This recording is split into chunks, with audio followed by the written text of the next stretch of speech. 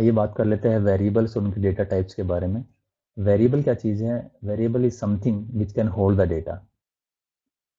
और डेटा हमारा कहाँ पे रखा होता है? किसी मेमोरी एड्रेस पे रखा होता है। अगर इन मेमोरी एड्रेसेस को अगर हम कोई नेम दे देते हैं तो हम क्या बोलते हैं? हमने क्या बना दिया है?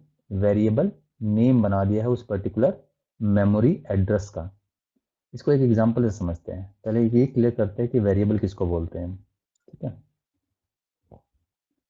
Variable name.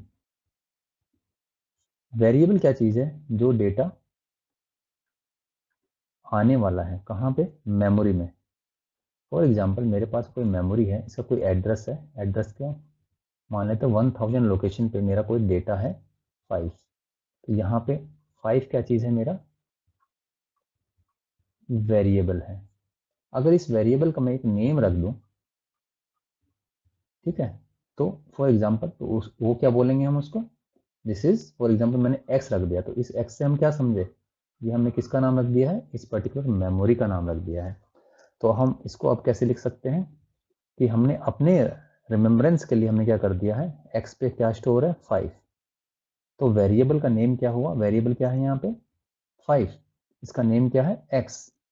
मीनिंग 1000 लोकेशन पे हमने क्या स्टोर किया हुआ है? 5। और ये वेरिएबल टाइप का है। वेरिएबल टाइप से मीनिंग क्या है? अगर अभी ये 5 है, हो सकता है कल को इस मेमोरी लोकेशन में कंटेंट चेंज हो जाए और ये 9 हो जाए। यहाँ पे हो सकता है फिर ये चेंज हो जाए और यहाँ पे हमने कोई और डेटा डाल दिया है इसी के टाइप का। फॉर एग्जाम्पल यहाँ हमने 10 डाल दिया है। तो सिंपल मीनिंग वेरिएबल नेम से हमारा क्या मतलब है कि मेमोरी लोकेशंस का अगर हम कोई नाम रख देते हैं तो उनको बोलते हैं हम वेरिएबल नेम। ठीक है। और ये वेरिएबल क्यों बोला हमने? ये स्टैटिक और कांस्टेंट क्यों नहीं बोला? क्योंकि इस मेमोरी लोकेशन पे जो कुछ आने वाला है डेटा, वो एक वेरिएबल टाइप का डेटा है। मीनिंग अभी ये यहाँ पे कुछ है, फिर बाद में ये कुछ हो जाएगा, दूसरा कोई डेटा फॉर्म चेंज कर लेगा ये अपना। एक स्टैटिक कांस्टेंट वैल्यू नहीं रहेगी इसकी। तो ये तो बात हुई हमारी वेरिएबल नेम की। अब इसको रूल्स भी होंगे कुछ कि किस तरह से हम इसको वेरिएबल्स के नेम को रख सकते हैं। एक्स रख सकते हैं, जेड रख सकते हैं, क्या इस मेमोरी लोकेशन के नेम को हम 9 रख सकते हैं, 0 रख सकते हैं। तो सिंपल रूल्स है हमारे।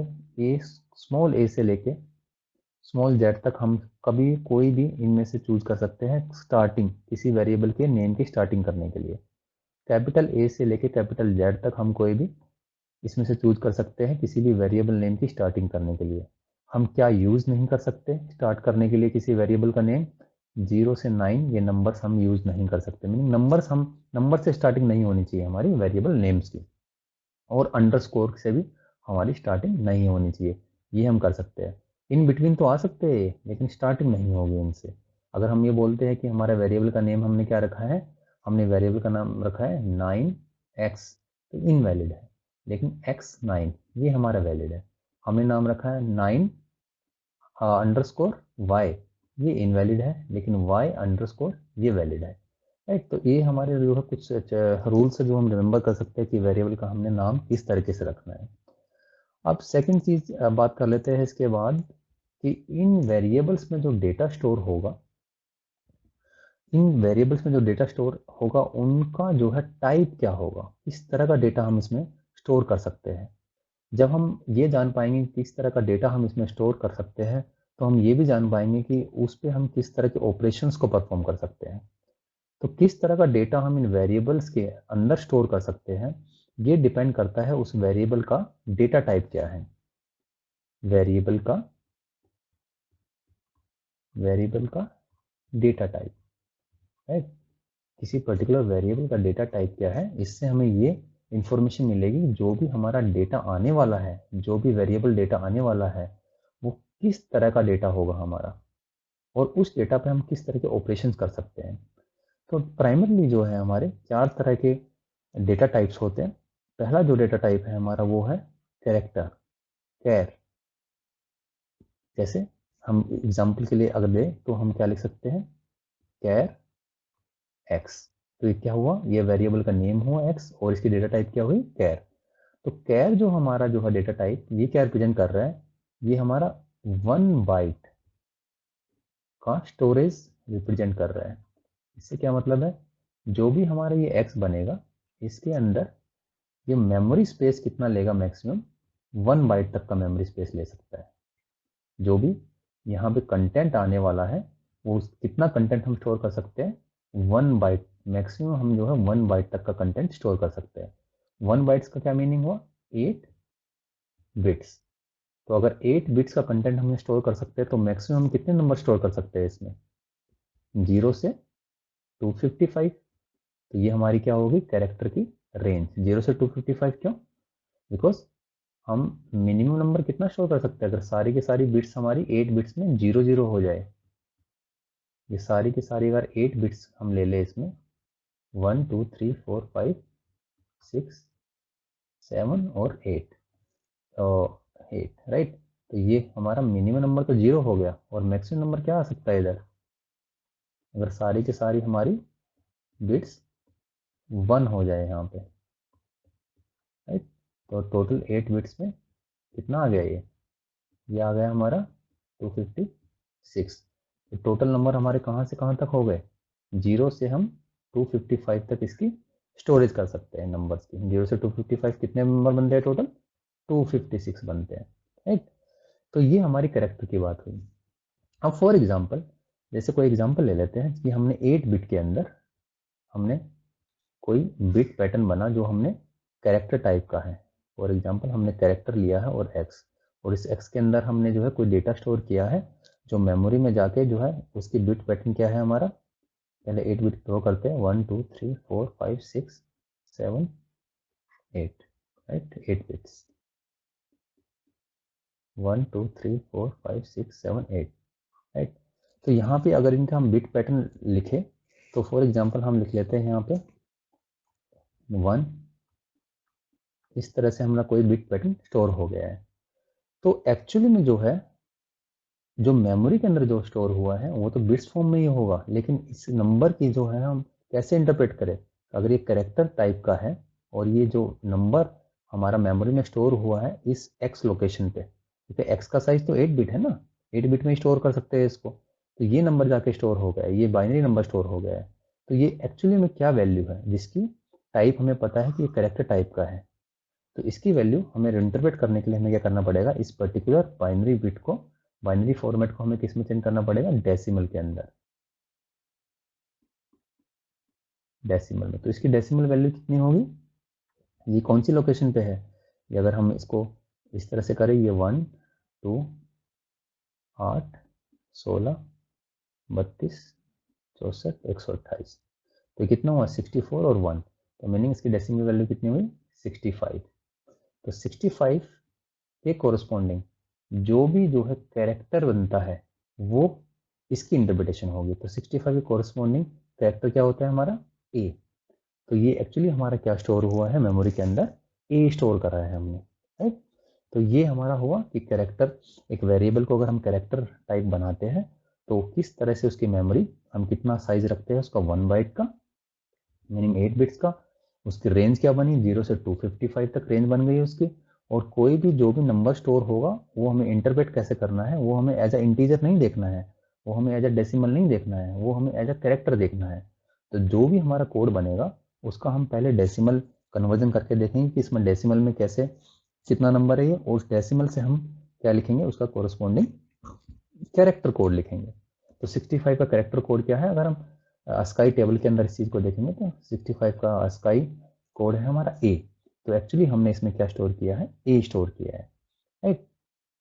तो फिलहाल हमने इसको कैसे लिखा है, इसको हमने अगर ऐसे लिख दिया है, कैरेक्टर एक्स 65, राइट। तो ये इसका मीनिंग हुआ। अब इसका दूसरा एग्जाम, वेरिएबल की दूसरी डेटा टाइप पे आ जाते हैं। तो दूसरी डेटा टाइप जो है हमारी, इसको रब कर लेते हैं, वो है हमारी कौन सी, इंटीजर, राइट।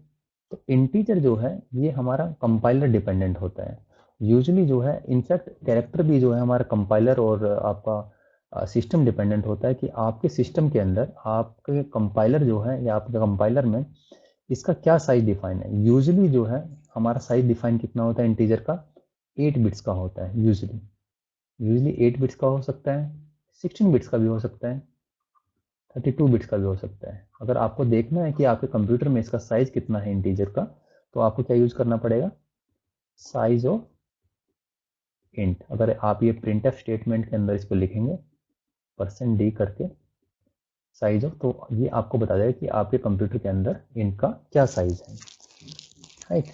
तो ये हमारा इंटीजर में इतना साइज लेगा हमारा, राइट, 8 बिट्स का। तो इंटीजर के केस में अगर वो 8 बिट्स ले रहा है तो मैक्सिमम और मिनिमम नंबर कितना रेंज इसकी हो सकती है। तो 8 बिट्स में हम क्या कर सकते हैं, देखो 8 बिट्स में हमारा आगे जानेंगे इस चीज़ को कि 8 बिट्स में ये हमारा मैक्सिमम और मिनिमम नंबर कितना आ सकता है, मिनिमम -128 और मैक्सिमम हमारा 127। ये हमारी इसकी रेंज बनती है। ये हमारी रेंज क्यों बनती है, इसको हम जब क्वालिफायर्स के बारे में बात करेंगे तो तब इसके बारे में बात कर लेंगे कि 127 क्यों जा रही है और -128 क्यों जा रही है, राइट। तो बेसिकली अगर हमारा इंटीजर का साइज आपके कंपाइलर में 8 बिट है तो अगर, तो मैक्सिमम और मिनिमम इतना क्यों जा रहा है। चलो यहीं तो बता देते हैं। देखिए, क्योंकि इंटीजर अपने आप में जो है साइंड और अनसाइंड दोनों ही टाइप के जो है वेरिएबल्स को जो अपने अंदर स्टोर कर सकता है। तो अगर हमारा रेंज क्या होगी, अनसाइंड नंबर है फॉर एग्जांपल, राइट। अगर मैं बोलूँ कि अनसाइंड है, अनसाइंड से या साइंड है, मेरा साइंड से मेरा मीनिंग है हमारा नंबर नेगेटिव भी हो सकता है और हमारा नंबर पॉजिटिव भी हो सकता है।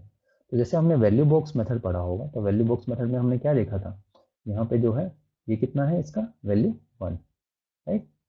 यहाँ पे कितने हैं, 2, 4, 8, 16, 32, 64 और ये 128, 8 बिट बन गई। और यहाँ पे लास्ट वाले पे हम क्या लगाते हैं, माइनस लगाते हैं, राइट। तो अब देखो, अगर मिनिमम नंबर क्या ऑप्टेन होगा यहाँ से, -128 हो सकता है, बाकी सारी बिट्स क्या रहेगी हमारी, 0 रहेगी। तो मिनिमम नंबर जो है 8 बिट से कितना बन सकता है हमारा, साइन के केस में -120, साइन इंटीजर के केस में -128। मैक्सिमम क्या बनेगा, मैक्सिमम पे ये बिट हमारी ऑफ रहेगी, बाकी सारी पॉजिटिव, मीनिंग बाकी सारी ऑन रहेगी। तो 1 1 1 1 1 1 1 1, तो ये कितना बन गया 127, राइट। तो इसलिए इंटीजर की रेंज क्या होती है हमारी, -128 से हमारा +127 तक की हमारी रेंज ऑफ नंबर्स जो है ये ले सकता है। तो ये हुआ हमारा इंटीजर्स। फिर हमारा है नेक्स्ट, कौन सा डेटा टाइप हो सकता है, नेक्स्ट हमारा है उसके बाद फ्लोट, फ्लोट और फिर है हमारा डबल।